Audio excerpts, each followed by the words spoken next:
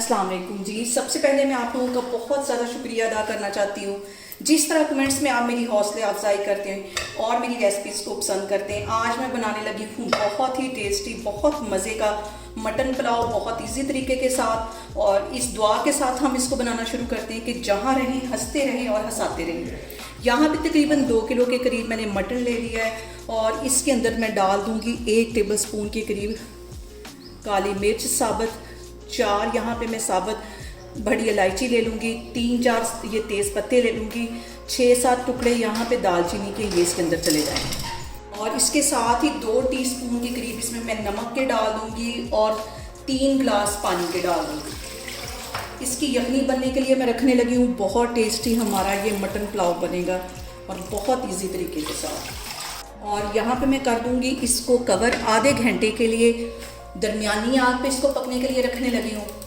ताकि अच्छा सा जो फ्लेवर है वो मटन का निकल आए।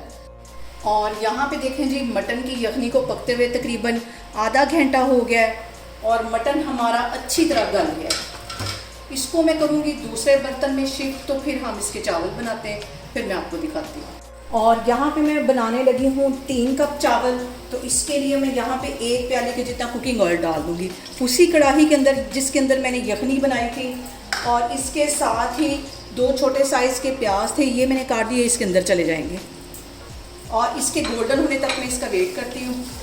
और यहाँ पे देखें जी, प्याज लाइट ब्राउन हो गया है। इस पॉइंट पे आके 1 टीस्पून के करीब इसमें मैं लहसुन का पेस्ट डाल दूँगी और आधा टीस्पून इसमें मैं अदरक का पेस्ट डाल दूँगी। और इसके साथ ही आधा टीस्पून के करीब ये मैं सब्ज़ मिर्चों का जो पेस्ट है ये इसमें डाल दूँगी।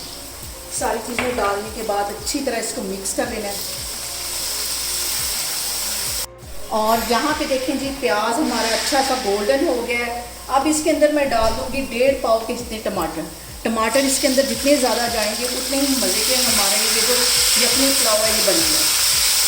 और यहाँ पे देखें जी, मटन की भुनाई करते हुए इसके अंदर मैं कुछ मसाले ऐड कर दूँगी। तो मसालों के अंदर सबसे पहले यहाँ पे मैं कुटा हुआ सूखा धनिया 1 टीस्पून के करीब ये इसमें चला जाएगा और 1 ही टीस्पून इसके अंदर ज़ीरा चला जाएगा और 1 ही टीस्पून इसके अंदर मैं नमक का डाल दूँगी।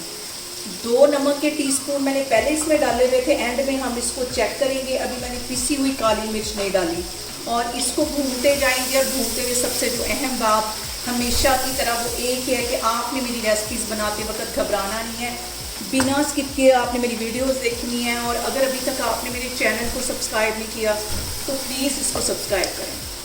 और यहाँ पे देखें जी, मटन को भूनते हुए मुझे तकरीबन 15 मिनट हो गए। अच्छी सी इसकी मैंने भुनाई कर ली है। इस पॉइंट पे आके मैं तकरीबन आधा टीस्पून के करीब इसमें चाइनीज़ सॉल्ट डाल दूँगी। इससे जो फ्लेवर है वो बहुत मज़े का आ जाता है। अगर आप चाहें तो इसे स्किप भी कर सकते हैं। और यहाँ पे देखें जी, हल्के हल्के बबल्स आने शुरू हो गए। अब इसके अंदर मैं डाल दूँगी तकरीबन 1 टीस्पून के करीब पिसी हुई काली मिर्च। इसे एंड में डालते हैं क्योंकि अगर हम इसे स्टार्ट में डाल देंगे तो ये सारी जल जाएगी और इसका वो फ्लेवर नहीं आएगा जो हमें चाहिए। और इसके साथ ही ये मैंने चावल डाल दूँगी, 3 कप के जितने ये चावल थे ये इसके अंदर चले जाएंगे। अच्छी तरह बर्तन को साफ़ कर लेना है। इसको हल्के हाथों से हमने मिक्स करना है, बार बार इसमें चम्मच नहीं हिलाना वरना चावल जो हमारे हैं वो टूट जाएंगे। और अब यहाँ पे मैं पानी के ड्राई होने का वेट करती हूँ। पानी ड्राई होगा तो फिर हम इसको दम लगाते हैं। और इस पॉइंट पे नमक चेक करना भी बहुत ज़रूरी होता है क्योंकि चावल जब फूलते हैं तो नमक हल्का इसमें हो जाता है। थोड़ा सा इस पॉइंट पे नमक तेज़ होना चाहिए। और फिर उसके बाद जैसे ही पानी ड्राई हो जाएगा तो उसको मैं दम लगा दूँगी तकरीबन 20 मिनट के लिए। और यहाँ पे देखें जी, चावलों को मैंने रख दिया दम पे तकरीबन 20 मिनट के लिए। और यहाँ पे देखें जी, चावलों को दम पे रखे हुए मुझे तकरीबन 20 मिनट हो गए। अब इसका मैं कवर हटाती हूँ और इसको अच्छी तरह हिला लेना है। और यहाँ पे मज़ेदार सा हमारा मटन पुलाव बन के तैयार हो गया है। बहुत ही टेस्टी, बहुत मज़े का। इसे मैं करती हूँ डिश आउट, तो फिर मैं आपको दिखाती हूँ। और यहाँ पे देखें जी, मज़ेदार सा हमारा मटन पुलाव बन के तैयार हो गया है। बहुत टेस्टी बनता है, मेरे तरीके से बनाएं और मुझे कमेंट्स में बताएं कि आपको मेरी रेसिपीज़ कैसी लगती हैं। और मेरी वीडियोस को ज़्यादा से ज़्यादा शेयर करें और मुझे सब्सक्राइब करें। और अपना बहुत सारा ख्याल रखें। इंशाल्लाह ताला मैं एक और वीडियो में आपके सामने आऊँगी। अल्लाह हाफिज़।